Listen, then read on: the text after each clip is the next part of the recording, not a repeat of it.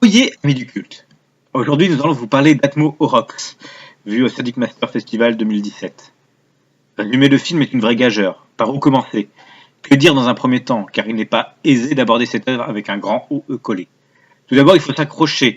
Dès les premières images, nous croisons un homme qui surveille. Qui, quoi, on ne sait pas trop.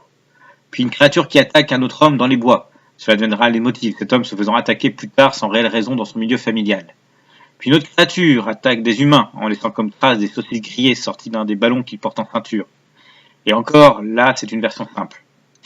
Si on rajoute que le milieu pharmaceutique est très présent dans le film, une critique de celui-ci apparaît peu à peu tout au long, et qu'il y a des traces de comédie et d'humour absurde tout, vous allez vous rendre compte du gloubi-boulga qu'est ceci. Le réalisateur Pat Tremblay filme la banlieue québécoise comme émanant d'une quatrième dimension. Une dimension où nous sommes observés par des êtres extraterrestres ou issus d'une autre dimension. Nous plongeons alors dans une absurdité onirique, où un médecin gribouille des ordonnances et où la population se gave de pilules, et où les monstres sont à la fois à l'origine et issus de nos névroses. Atmo Orox, c'est tout ça. À la fois génial et répugnant, à la fois drôle et horrible. Un maelstrom de sujets et d'émotions qui se télescopent. Le propos est touffu. J'ai évoqué le thème de l'industrie pharmaceutique, mais nous pouvons aussi prendre comme angle d'attaque l'image.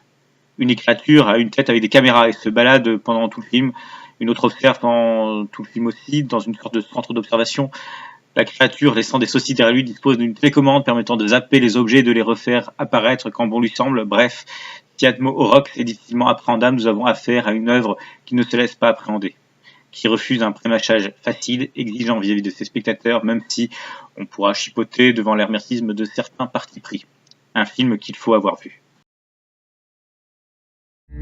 What happens when you blend espionage, drugs, terror, paranoia, and sniggers? You wind up closer to home than you think. New World Insanity.